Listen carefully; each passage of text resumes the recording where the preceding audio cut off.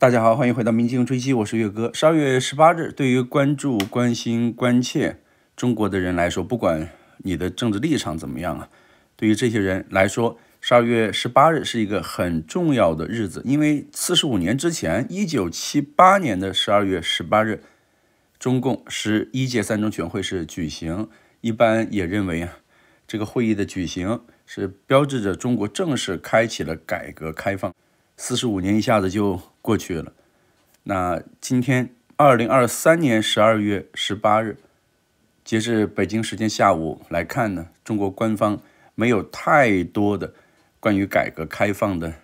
真刀真枪的东西出来，或者说呢，务虚的成分更大一点。眼见着这样的状态，知名的中国政治学者胡伟先生是在美国的一个网站上刊出了一篇文章，就表示历史留给我们的时间已经不多了。他是一位体制内的改革开放派的学者。首先来看一看12月18日中国官方围绕着改革开放有哪一些表态。因为眼见着已经到12月份了，今年的情况大家是心知肚明的。中国新冠疫控是长达3年，整个2023年其实呢都没有摆脱所谓的新冠长疤痕效应，同时再叠加过去多年来已经存在着的地方债的高企，房地产市场上的结构性矛盾，所以整个经济的态势是显得比较疲弱。在这样的背景之下，不少人其实是对中共、对中国的高层利用12月18日有一些新的说法、新的动作是有一些期待的。但总的来看，中国官方还是按照一个逢5的标准来提改革开放，来纪念改革开放，并没有说一个超规格，所以可能不少人的预期是有一些落空。最有风向标意义的当然是中共中央机关报《人民日报》了。12月18日星期一，在头版头条是刊文强国建设民族复兴的必由之路，以习近平同志为核心的党中央引领新时代改革开放纪实。这篇文章没有采用人民日报社论的规格，其实稿件用的还是新华社记者的稿子，是由5位记者撰稿。整个文章统计下来，52次提及改革开放一词，50次提及习近平，那没有提到邓小平。稍早一天，12月17日是星期天，人民日报也是头版头条刊出了文字，总书记引领我们走好改革开放这条必由之路，必由之路还打上引号，显然是在表示强调的意味。12月17日的这篇文章也没有用社论的规格，署名是本报记者，由人民日报社的6位记者写出的稿件。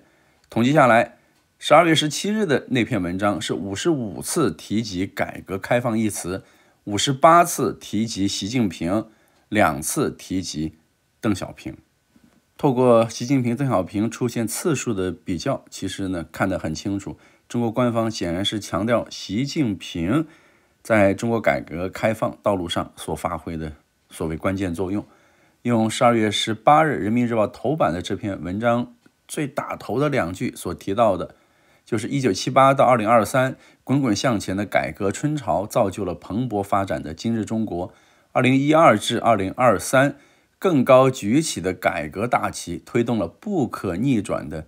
历史进程。所以强调的其实是2012年以来习近平主政以来的这个所谓历史进程。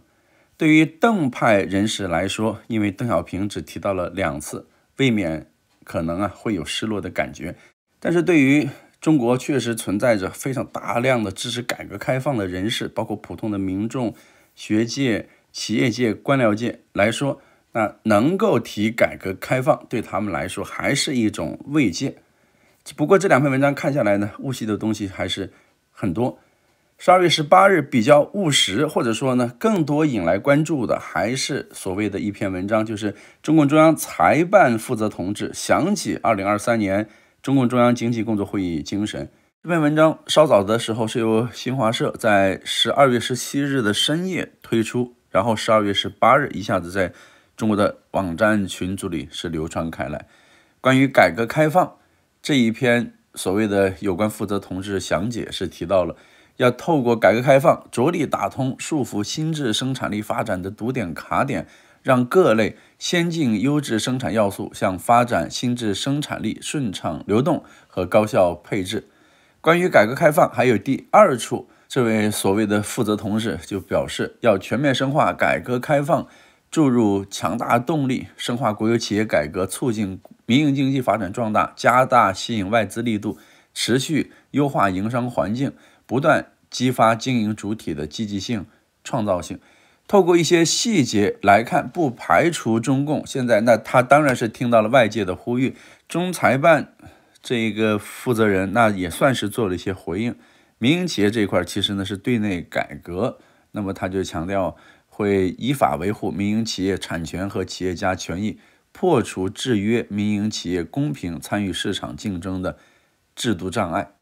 所以现在把民营企业当家人来这样的很宽泛的说法，江湖味道很重的说法，其实在民营企业家那里显然是过不了关了。对外资这一块，其实呢显示的就是对外开放。中财办的这一位相关负责人就表示，会积极回应外资企业的诉求，认真解决数据跨境流动、平等参与政府采购等问题，落实好外资企业国民待遇，促进公平竞争。同时呢，也是努力破除影响外资准入的隐性壁垒，保障内外资依法平等进入负面清单之外的领域。其实呢，要的也是说和国有资本和国有企业同等的待遇，这个不只是说外资呼吁，民营企业也有这样的期待。所以中国的官方，中共的官方透过这个所谓的详解，那是听到了呼声，也抓住了痛点，也是有回应，接下去就是看如何落地了，否则只是打嘴仗、口惠而实不至，最后还是会让这些内外资这些企业家，要么说就不再投资或者减小投资的规模，要么就是毅然决然下决心离开中国，寻找别的投资之地了。以上说的是改革开放，虽然可能有一些人觉得虚头歪脑一点，落地的东西目前还没看到，但怎么样还是论经济，还是在强调改革开放的必要性和重要性。但不得不提的第二个内容，就是眼见的12月26日已经越来越近了，毛泽东130周年的明旦纪念日马上就要到了。现在可以看到中共官方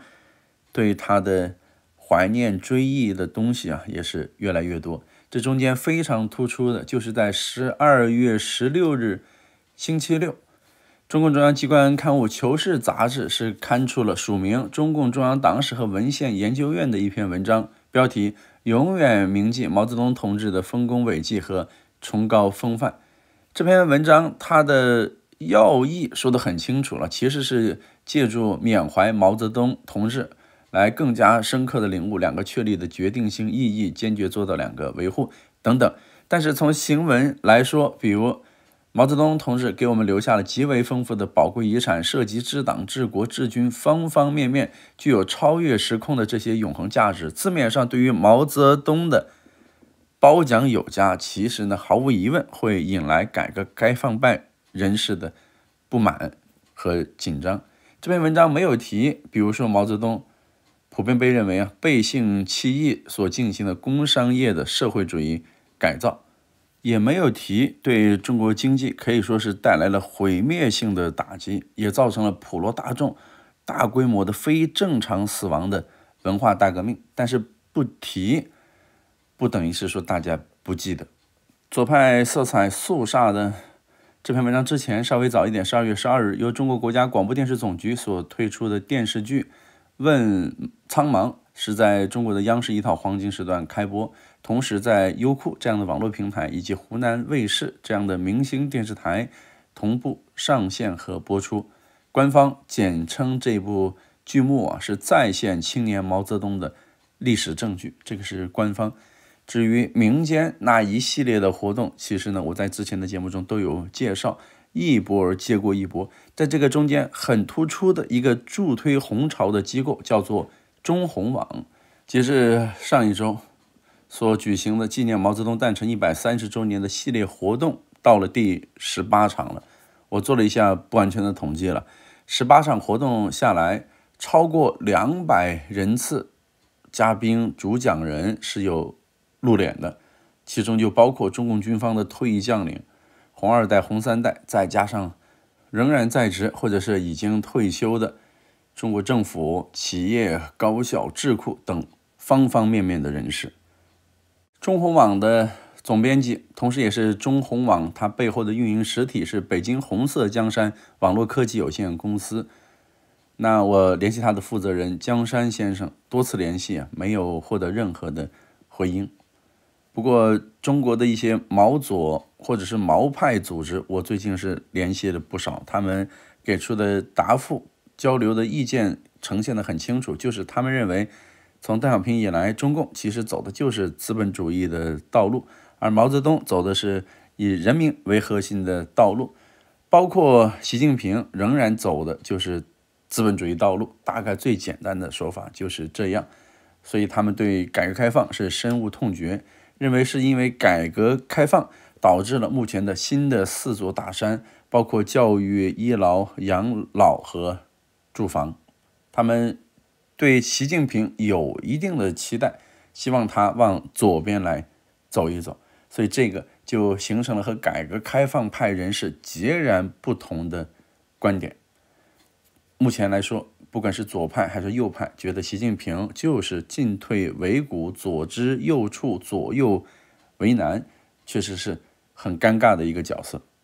接下去就是节目的第3个内容了。在又毛又瞪、且毛且瞪、时毛时瞪这样的大背景之下，12月18日，中国非常知名的，同时也是非常敢言的政治学者胡伟先生，是在美中故事会的网站上发出了一篇文章，历史留给我们的时间已经不多了，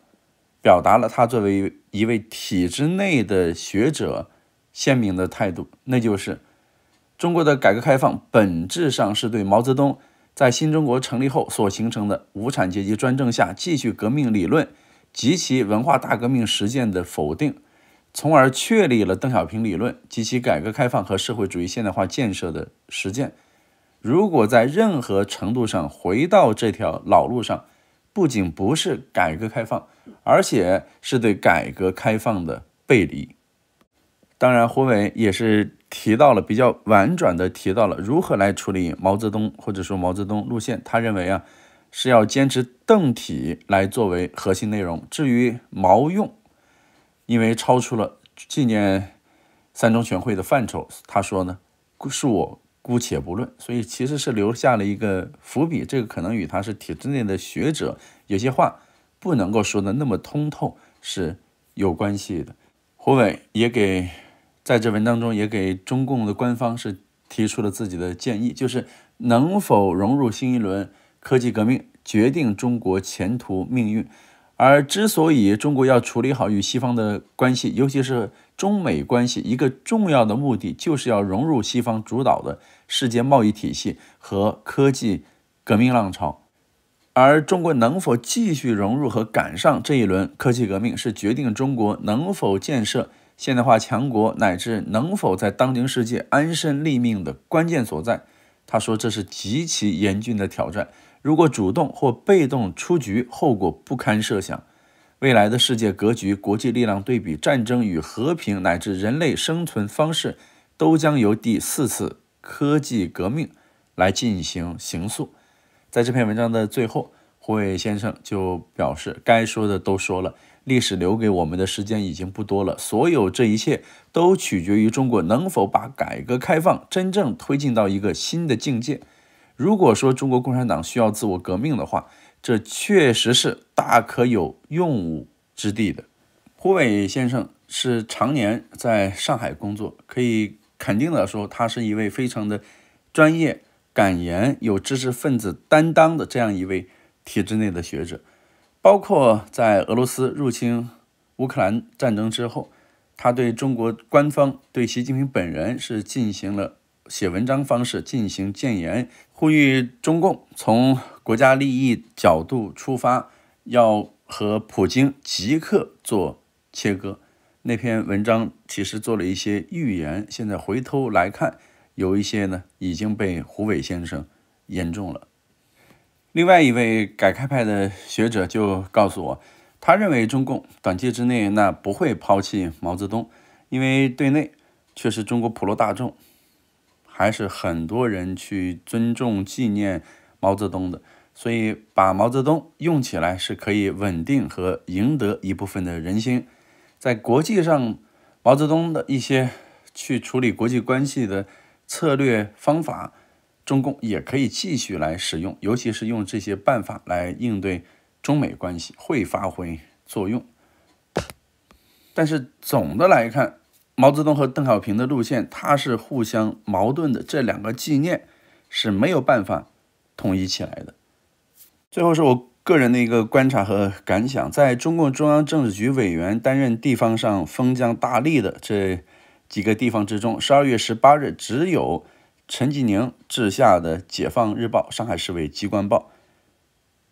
是推出了一个45周年纪念改革开放的特刊，别的5个地方北京、天津、广东、重庆、新疆都没有这样的特刊。而且《解放日报》在处理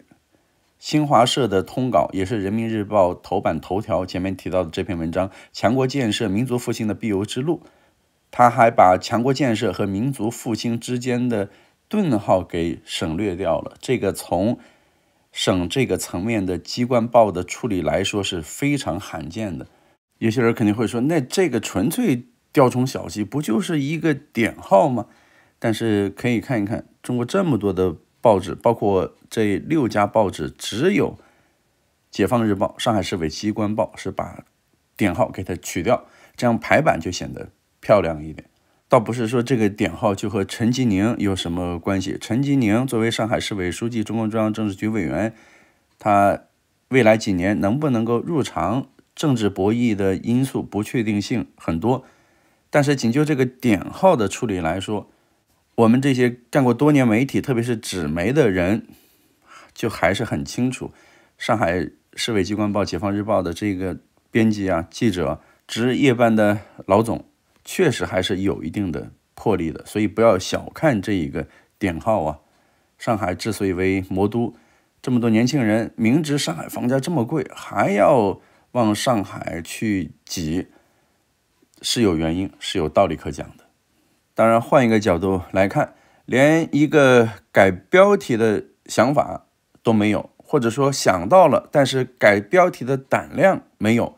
或者说呢，尝试去改标题，结果被上一层给否定掉了，改标题的自由都没有。所以不要小看这个顿号的有还是没有，某种程度上也是反映确实眼下解放思想、实事求是、改革开放对于中国来说是非常的重要。接下来看一看赵乐际，目前的中国全国人大常委会委员长，关于他有可能被查的消息啊，准确的说是联想或者猜测了，这几天一下子是多了起来。包括在12月18日，有中国大陆媒体的记者也是以含蓄的方式说，青海当地的水很深啊。我们就快速的来看一看这几个人物之间的关系，为什么最后是指向了，确实是指向了赵乐际，当然会不会查他因素很多。首先就是这一位贵州人刘奇帆，他目前是担任青海省委副书记，几天之前刚刚是从中共辽宁省委常委、省纪委书记这个位置上去到了青海。12月16日，也就是他刚刚履行没几天的时间，就陪同青海省委书记陈刚一起去到了当地的一个州海西州下面的一个市格尔木市来进行督导当地的盐湖资源被滥用以及可能涉及到的腐败问题。而刘奇帆在辽宁省任纪委书记之前，曾经在内蒙古担任纪委书记，围绕着内蒙的煤炭资源腐败是开展了轰轰烈烈的倒查20年的工作。这一次呢，他去到了青海省了。那与赵乐际有什么关系呢？接下去就要看第2位人物，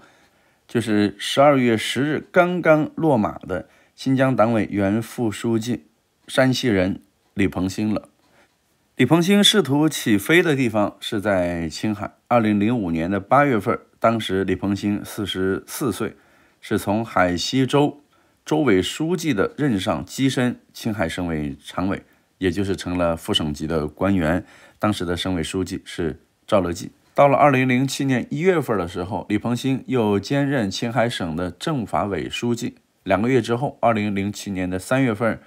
赵乐际去陕西省做省委书记，所以他是赵乐际的老部下，而且关键的提拔显然是在赵乐际手下完成的。李鹏兴究竟是哪里出了问题被中纪委盯上，目前并不清楚，因为他离开青海之后又去内蒙古和新疆任职。但是现在很明确的就是，他在海西州，他在青海省任高阶官员的时候，和他共事的另外一位官员2020年已经落马了，而且和李鹏兴关系密切的一位所谓的青海省的隐形富豪，在2020年也一度被当地的警方控制了起来。所以现在包括中国大陆舆论场也是指向李鹏兴应该，或者说很有可能是因为青海的问题而东窗事发。涉及到赵乐际的这方面的联想啊，从12月10日李鹏兴被宣布调查以来，一直就没有间断过，一直到12月中旬，随着刘奇帆这位中共老资格的纪检的官员履新青海省委副书记，似乎就得到了更高的印证。所以把人物理一遍，那整体的思路您就应该清楚了。现在一般的看法，刘奇帆就是带着去查青海腐败的任务履行，而且第一站去的就是海西州，去的就是格尔木市。所以接下来的问题，他会倒查20年吗？如果说果然倒查20年，就真的会涉及到赵乐际和他的部下，包括李鹏兴等等人在内的关联了。所以也就不难理解为什么中国大陆的媒体人都用很隐晦的方式在写文章了，说青海当地的水真的是很深啊，这么深的水会不会淹到赵乐际的头上呢？一方面，赵乐际和李鹏兴等人关系密切，这个是板上钉钉的。当然，关系密切是不是说赵乐际一定涉嫌贪腐呢？未必。但是赵乐际用人不查，这个是跑不掉了。另外一方面，就算赵乐际如果说果然涉及贪腐，如果说刘奇帆要倒查20年，但是赵乐际已经是中共的常委第2任常委了。如果说他的政治没有出问题，忠诚度有保证，仅是因为涉嫌贪腐去查他的可能性似乎也不大。12月11日、12月12日，根据中国央媒所披露的，赵乐际在中共中央经济工作会议上的镜头，在青海出生并深耕30多年青海官场的赵乐际，他是眉头紧皱，看上去是真的有心事。以上就是今天的民镜追击，有请朋友们多评论、订阅、点赞、转发、打赏和会员支持，谢谢各位。